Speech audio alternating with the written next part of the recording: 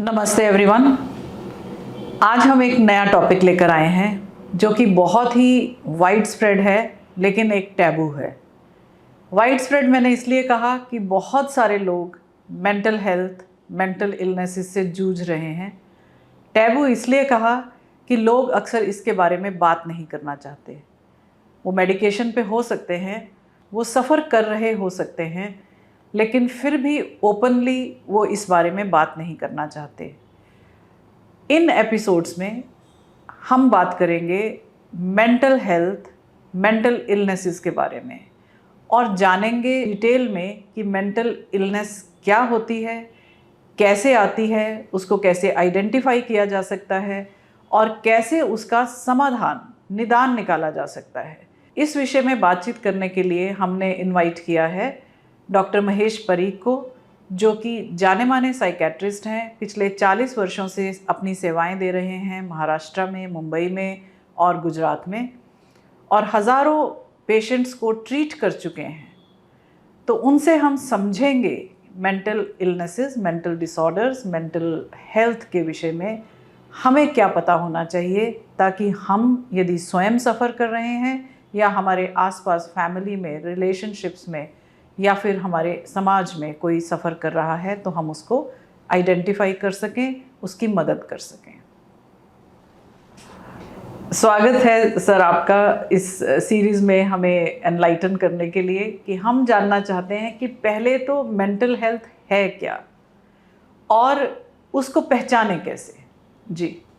तो ये mental ill health होता है, वो परिस्थिति की वजह से नहीं होता है, लेकिन हमारे शरीर में जो नसें होती हैं उसका जो जोड़ होता है, उस गैप में जो केमिकल होते हैं उसमें तब्दीली होने के कारण होता है। ओके। कि ये जो नसें का जोड़ में जो केमिकल है, बायोकेमिकल न्यूरोट्रांसमीटर, उनका काम है एक नस से दूसरे नस को संदेशा पहुंचाना। जी जी। तो कभी कभी ये कम ज़्यादा हो जाता है केमिकल, तो संदेशा बराबर नहीं पहुंचता। तो ये टोटली एक शारीरिक डिफेक्ट जिसको हम कहें, ये वो है। हाँ। जी। तो उसके वजह से अमुक चिन्ह पैदा होते हैं जिससे हमें अंदाज़ा आ जाता है कि इसका ये केमिकल बराबर काम नहीं कर रहा है। ओके। तो सबसे बड़ी बात जो मुझे समझ आई, ये कोई दिमागी प्रॉब्लम नहीं है, एक शारीरिक, जैसे शरीर में कहीं चोट लगती है वैसे ही या शरीर में कभी हमारे विटामिन या कोई पैरामीटर्स ठीक नहीं होते, ऐसे ही कुछ न्यूरोट्रांसमीटर्स काम नहीं कर पा रहे हैं, चाहे वो केमिकल इम्बैलेंस की वजह से या किसी और वजह से। जब वो संदेशा एक दूसरे को नहीं पहुंचा पाते हैं तब मेंटल डिसऑर्डर्स हो जाते हैं या मेंटल इलनेस हो जाती है। तो सर, इस बात का इतना बड़ा टैबू क्यों है? क्योंकि यदि चोट लगती है तो लोग बहुत जल्दी से एक्सेप्ट कर लेते हैं, बुखार होता है तो भी डॉक्टर के पास चले जाते हैं, लेकिन मेंटल हेल्थ के बारे में बात करते हुए लोग क्यों डरते हैं या क्यों बात नहीं करना चाहते? क्योंकि ये उनके अहम को ठेस पहुंचती है। जी। ईगो हर्ट होता है। अच्छा। ये स्वीकार करना कि हमारा दिमाग बराबर काम नहीं कर रहा है। अच्छा। तो वो मदद लेना भी नहीं चाहते हैं, क्योंकि उनको लगता है कि वो अपने आप से मेहनत करेंगे तो ये सब सिम्टम निकल जाएंगे। तो मेंटल हेल्थ के बारे में लोग ज़्यादा इसलिए बात नहीं करते क्योंकि ये एक अहम को ठेस है, कि उन्हें लगता है कि क्योंकि दिमाग काम नहीं कर रहा है तो ये कैसे स्वीकार कर लें हम।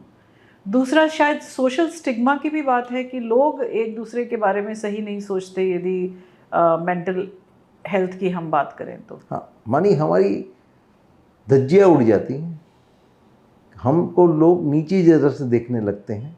अच्छा।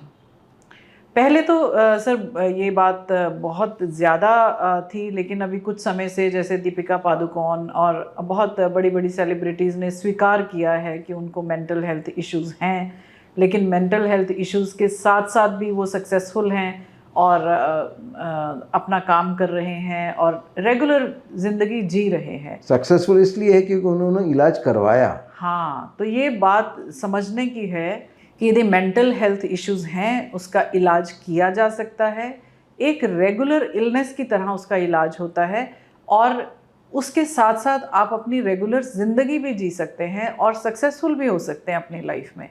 तो ऐसा ना सोचें कि यदि एक बार ये इलनेस आ गई तो फिर हमारी ज़िंदगी बेकार है। ना तो आप इस ईगो में रहिए कि हमें प्रॉब्लम नहीं हो सकती, और ना ही आप इस बात को ये समझें कि ये एक सोशल स्टिग्मा है या फिर एक ये हमारे जीवन में ऑब्स्टिकल है। तो जैसे सर आपने बताया कि एक केमिकल इम्बैलेंस है, एक न्यूरोट्रांसमीटर्स का जो फेलियर ऑफ इंटरैक्शन है वो है, तो ये एक शारीरिक सिचुएशन है जिसमें ये हो जाता है। तो इसका इलाज ना काउंसलिंग है ना साइकोथेरेपी है?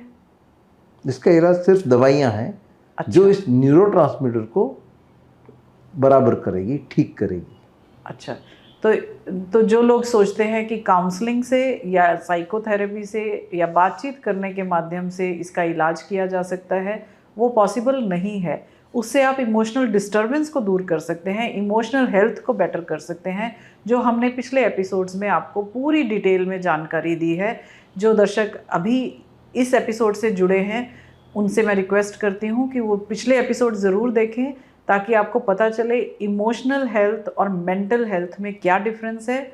इमोशनल हेल्थ का जो सोल्यूशन है वो काउंसलिंग या साइकोथेरेपी हो सकता है, चेंज ऑफ लाइफस्टाइल हो सकता है, चेंज ऑफ थॉट प्रोसेस भी हो सकता है।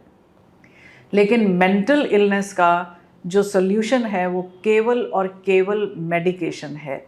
तो सर अब सबसे पहले तो कैसे पता लगाएं कि हमें मेंटल हेल्थ इश्यूज़ हैं, क्या सिम्टम्स आते हैं और किस तरीके से हम उनको बहुत जल्दी पकड़ सकते हैं? ज़रूर, मैं उसके बारे में मैं भी बताता हूँ, लेकिन पहले ये एक बता दूँ बात कि समझो किसी को कमज़ोरी लग रही है जी।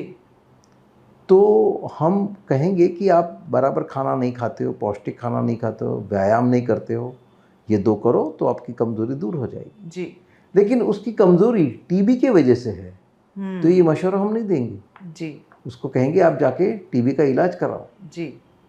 तो ये पहचानना ज़रूरी है कि कमज़ोरी किस वजह से है, क्योंकि इलाज उसके मुताबिक होगा।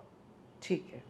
अगर किसी को फ्रैक्चर हो गया तो हम क्या उसको कहेंगे जरा आप विगरस एक्सरसाइज करो ठीक हो जाएगा? बिल्कुल नहीं। उसके अलावा वो अगर समझो करने जाएगा तो हम उसको रोकेंगे कि नहीं आराम करो। जी। जी।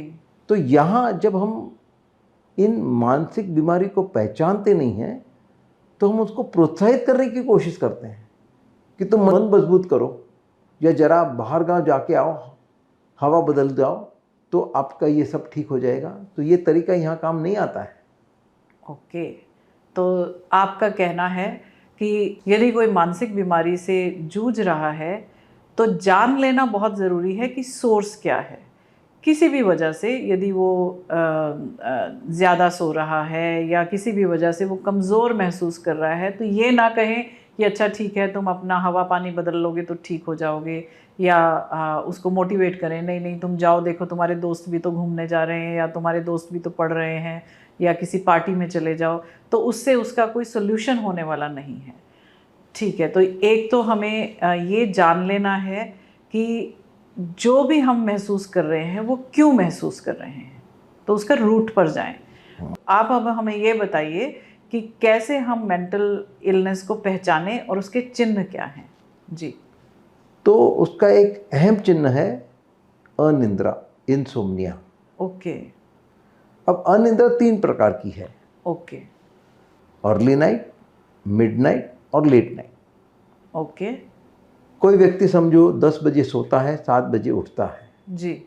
तो अर्ली नाइट इंसोम्निया में क्या होगा कि बिस्तर पे 10 बजे गया है लेकिन करवटें बदलता रहता है, नींद आने में देरी हो जाती है, आधा घंटा, पौना घंटा, 2 घंटा लग जाता है। ओके।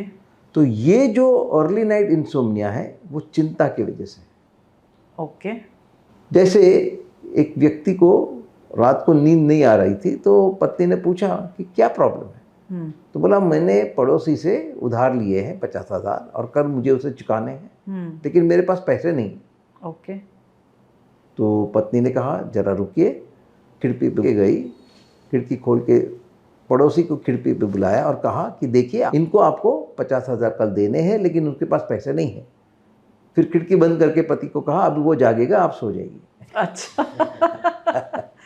ठीक है, दूसरा है वो मिडनाइट इंसोम्निया, नींद आ तो जाती है, टिकती नहीं है। ओके, 10 बजे वो सो गया लेकिन 12 बजे नींद खुल गई। 12 बजे, 1 बजे, 2 बजे, राइट। और अमुक समय के लिए नहीं आती। ठीक है। चाहे वो 5-10 मिनट हो, चाहे आधा घंटा हो, चाहे 2 घंटा। ओके।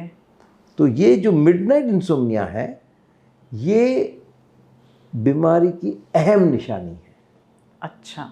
अगर किसी को ये चिन्ह है तो उसको ये मानसिक बीमारी है। ओके।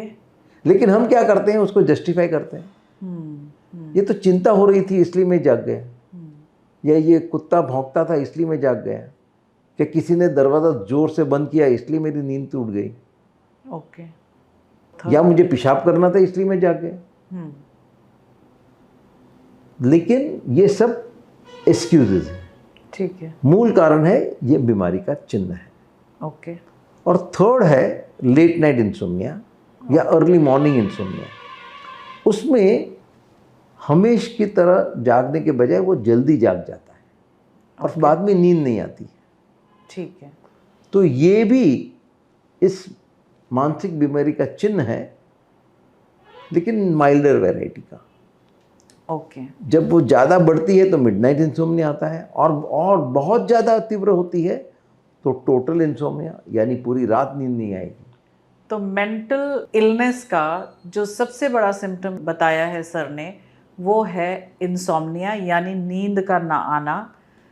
यदि शुरू में सोने में आपको वक्त लगता है तो वो चिंता का कारण हो सकता है कि आपको किसी चीज़ की चिंता है, इस वजह से आपको नींद नहीं आ रही है। जैसे सर ने एग्जाम्पल दिया कि 10 बजे यदि आप बेड पर गए तो आपको 1-2 घंटे नींद आने में लग गए, तो ये एक इमोशनल डिस्टर्बेंस का कारण हो सकता है। आपको चिंता हो सकती है किसी बात की, या कोई थॉट आपको परेशान कर रहा है, तो ये वो वजह हो सकती है। लेकिन यदि आप सोने के बाद बीच में उठ जाते हैं, यदि 12, 1, 2 बजे उठते हैं और फिर आपको कुछ घंटे तक नींद नहीं आती है, तो ये एक बहुत बड़ा इंडिकेटर है मेंटल इलनेस का। और लेट इंसोम्निया का मतलब है कि यदि आप 4 बजे, 5 बजे जल्दी उठ जाते हैं और फिर आप सो नहीं पाते, तो ये भी एक milder version of mental illness हो सकती है। और बहुत बड़ी चिंता तब होती है जब आपको रात भर नींद नहीं आती, या टोटल इंसोम्निया यदि आपको आता है, तो फिर ये भी एक बहुत बड़ी इंडिकेशन है मेंटल इलनेस की। दूसरा है भूख नहीं लगना, एनोरेक्सिया। ओके। कि खाने की रुचि ही नहीं होती है। अच्छा। खास करके इसमें सुबह के समय नहीं होती है, रात को बराबर खा पाता है। ओके। और उसकी वजह से वज़न घट जाता है, वेट लॉस होता है।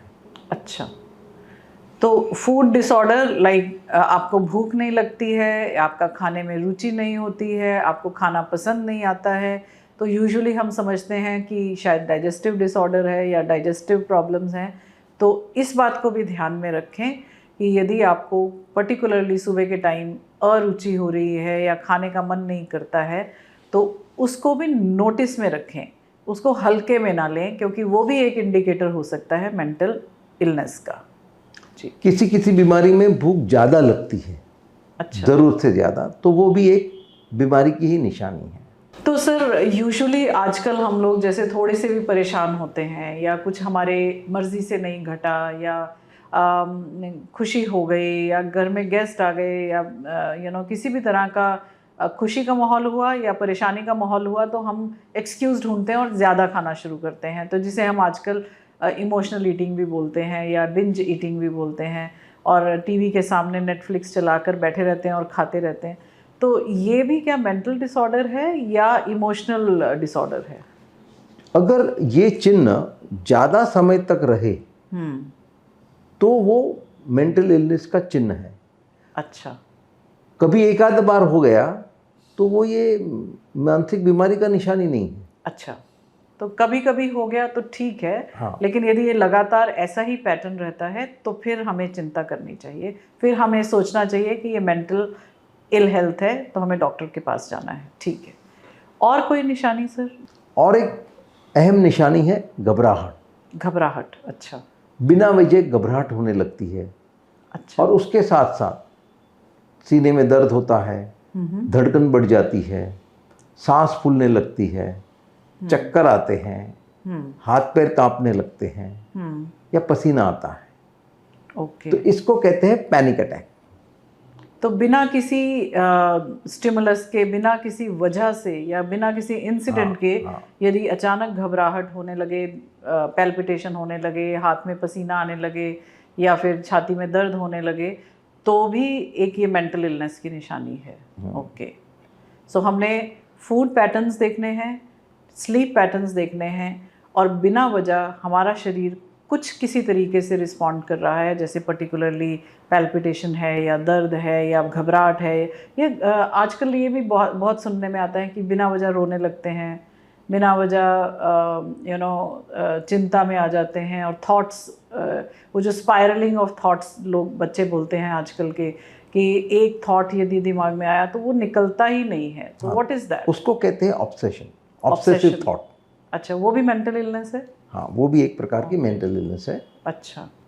माने इसमें हमारा जो विचार है, थॉट्स है, उस पर कोई नियंत्रण नहीं है। जी जी, बेलगाम घोड़े की तरह चलते रहते। जी जी। जैसे हमारे शरीर में दो प्रकार की प्रक्रिया है, एक स्वयंभू है, ऑटोनोमस है जी, जो अपने आप चलती रहती है। जैसे हमारा हृदय है, फेफड़े हैं, किडनी है, इंटेस्टाइन है, अपने आप काम करते रहते हैं, हमें बताना नहीं पड़ता उनको जी।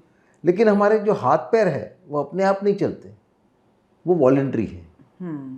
अब कभी कभी ये वॉलंटरी एक्टिविटी इनवॉलंटरी हो जाती है।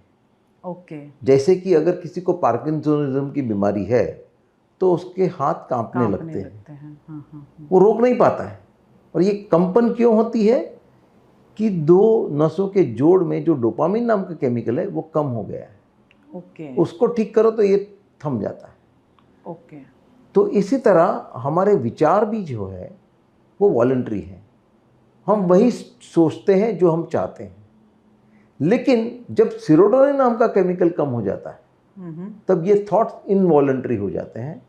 इसको कहते हैं ऑब्सेसिव थॉट्स। ओके। वो अपनी मर्जी के बगैर आते हैं। आप उसको निकालने की कोशिश करते हो फिर भी वो निकलते नहीं हैं, वो मन में घूमते रहते हैं। तो ये भी एक मेंटल इलनेस की निशानी है। ओके। और कोई निशानी सर? मन में उदासी आना बिना वजह, रोना, मरने के ख्याल आना। ओके। मतलब लाइफ का कोई पर्पस नहीं है, ऐसे विचार आना। और ज़्यादा करके जो आत्महत्याएं होती हैं, सुसाइड्स होते हैं, उसकी वजह ये मेंटल इलनेस है। लेकिन क्योंकि हम इसको नहीं पहचानते हैं, उस व्यक्ति के जीवन में जो भी घट रहा था उसको हम दोषी मान बैठते हैं।